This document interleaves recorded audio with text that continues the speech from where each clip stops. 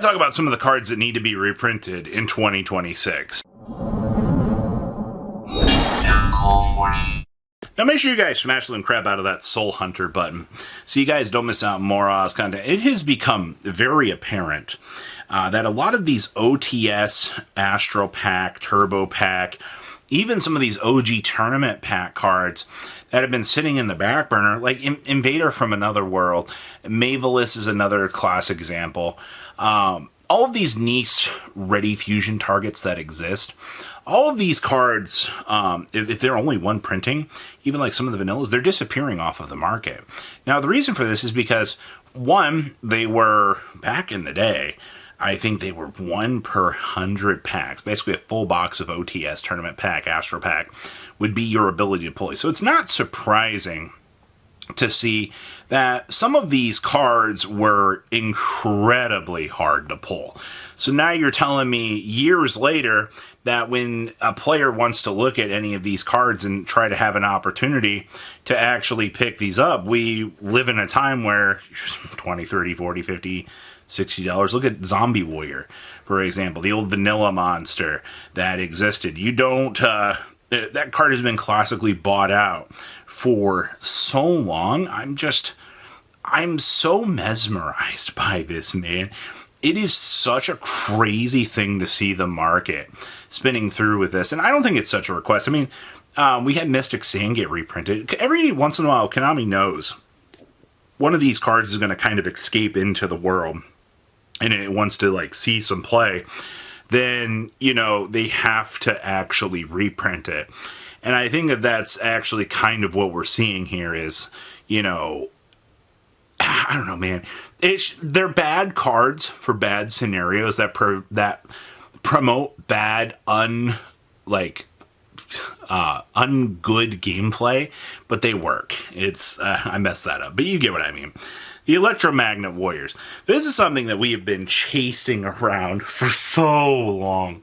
So ever since the Magnet Warrior support actually got announced, one of the first questions that kind of came into light was, you know, what can we do to, you know, make the deck? And then everybody kind of was like, well, you know, we can play the Electromagnet Warriors in the deck. You know, we can play some of these little fun jank interactions of that, but, you know, it's the first time that the Electromagnet Warriors could be playable. And you sit here and you're like, huh, you know, maybe I could play, you know, the Yugi special where we can use the little Magnet Warriors to basically go down some of the different combo lines and basically try to create a decent board. And I will give that to you. It sounds very, very fun. But then you look back and you're like, oh boy, Konami didn't reprint these things. Now, there is a possibility here in the near future that we do see these cards getting an OTS print. It's pretty common for things like the Electromagnet Warriors because, you know, Konami typically uses OTS packs to basically promote, you know, things or themes that are coming out in the set. And it would be a great opportunity to reprint these things. I think most of the Electromagnet Warriors at this point, if I had to guess, I believe are about 4 to 5 plus a copy, which is a little bit more than I want to be paying to play Bad Ideas. I would look at like a playset and be like, okay, so $10 for an old starter deck card at like $1 a piece wouldn't be bad, but it's like $45 to $50, and then on top of that, I got to get Berserky on as well. Really? Just to play a bad Magnet Warrior ID? You know, that's awful. Sky Galloping Gaia, the Dragon Champion. Now, we are heading into what is predicted to be a Black Luster Soldier set, but we are also sitting on Year of the Horse right now. So this would be a great opportunity to reprint one of the more off-of-the-wall Gaia cards, because this is a Gaia the Fierce Knight plus a Dragon Monster. It becomes Gaia the Dragon Champion while on the field. If this card is special, you can add a Spiral Spear Strike from your deck or graveyard to your hand, and when this card declares an attack on an opponent's monster, you change the battle position of that opponent's card. I mean, this isn't a bad fusion, alright? It's a free recruit. The only thing that's terrible about this is it's such big, specific options that it's rough. Now, once again, I go back to mentioning run near the horse, we've got a chaos set coming. Would it be a terrible idea for Konami to want to make a Gaia support card that is related to both of these themes? No, not at all, actually. I would be very shocked if Konami actually didn't try to promote something of this, because it would make the most sense to try to make something really, really cool happen here. My other major concern here is it's Gaia. Gaia's not had exactly the best track record of things, but to the people that do want to play this, the top end of the market's looking like $24 a copy of this card. And it is so unrealistic to think that you want me to spend $24 to go play a Gaia deck. Why? And this card doesn't even have anything really collectible about it. It's a Gaia card.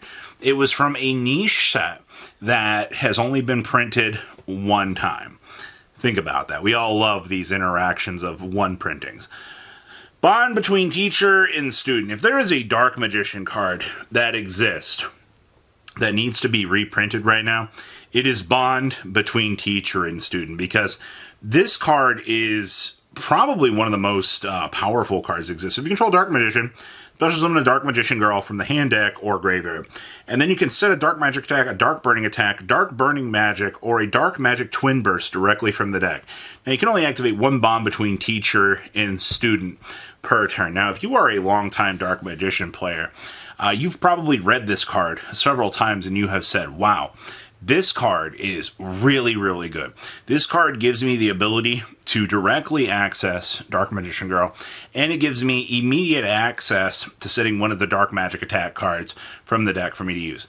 What's the downside of this? Ash Blossom and Joy of Spring is a card, but for $20 a copy right now, you can summon out Dark Magician, and that's the cost of these random niche anime cards we look at. And this is also back from Dual Power.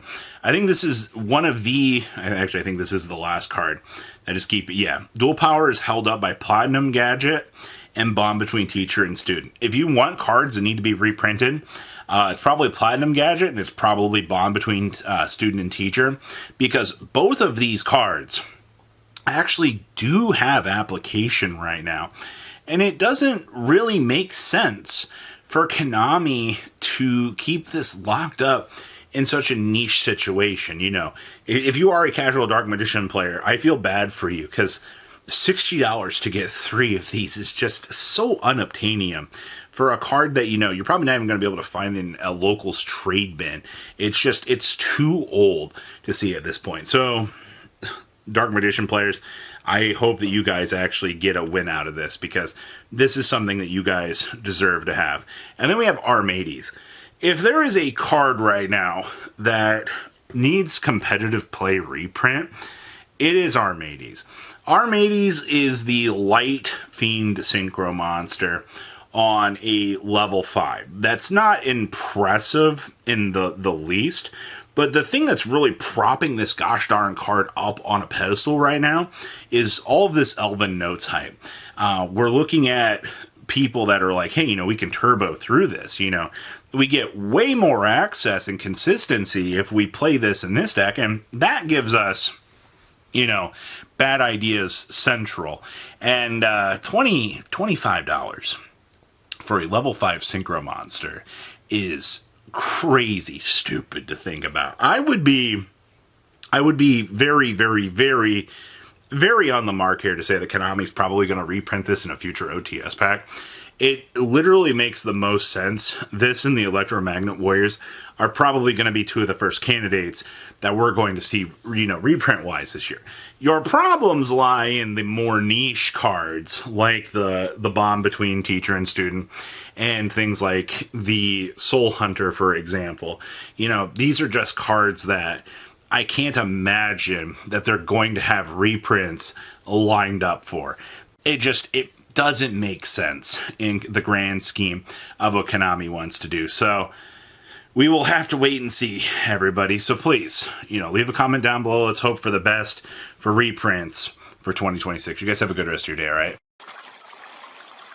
Patrons, thank you. Thank